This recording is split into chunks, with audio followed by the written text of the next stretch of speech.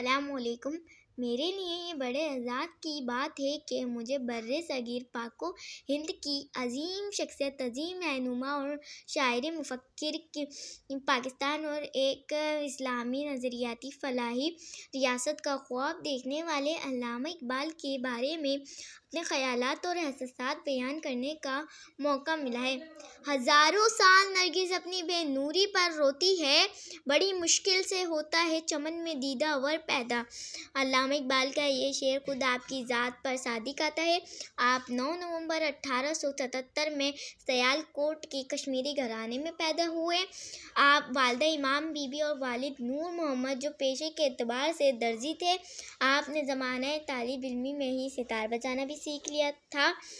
جواب شکوہ، بال جبریل، ضرب کلیم، بانگ در اور اسرار خودی آپ کی مشہور کتابیں ہیں۔ آپ 7 زبانیں جرمن، فارسی، عربی، انگریزی، پنجابی، اردو اور سنسکرت بول لیتے تھے۔ شاعر مشرق نے 2 بیچلرز، 1 ماسٹر اور جرمنی سے فلسفے میں پی ایچ ڈی کی ڈگری حاصل کی۔ آپ برطانیہ کی مشہور یونیورسٹی سے وکالت کا امتحان بھی پاس کیا۔ آپ نے تقریباً 12,000 اشعار گائے، ان میں سے 7,000 فارسی اور 5,000 اردو میں تھے، اس لیے آپ ابتدا میں فارسی شاعر کہلائے۔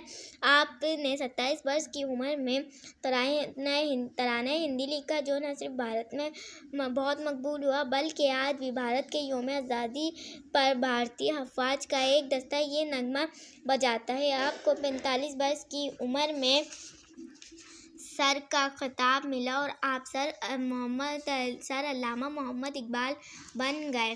آپ نے جنوبی ایشیا کے مسلمانوں میں قومی اور ملی شعور پیدا دیا۔ اس نے وہ درج تنظیم ملت مٹی جس سے نفرت بڑھی جس سے الفت۔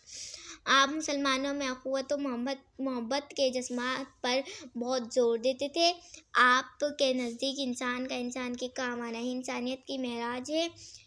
یہی ہے عبادت، دین و ایمان کے کام آئے دنیا میں انسان کے انسان۔ آپ مسلمانوں کی حالت دیکھ کر بہت افسردہ ہوتے اور اپنے کلام سے مسلمانوں کو حوصلہ دیتے۔ آپ نے اپنی شاعری کے ذریعے قرآن کے پیغام کو عام کیا اور قدم قدم پر مسلمانوں کی رہنمائی فرمائی۔ جہاں میں اہل ایمان صورت خورشید جیتے ہیں، ادھر ڈوبے ادھر نکلے، ادھر نکلے ادھر ڈوبے۔ آپ نے بچوں کے لیے نظمیں بھی لکھی جن میں ماں، پہاڑ اور گلہری، ہمدردی، گائے اور بکری وغیرہ شامل ہیں۔ آپ نے مسلمانوں کے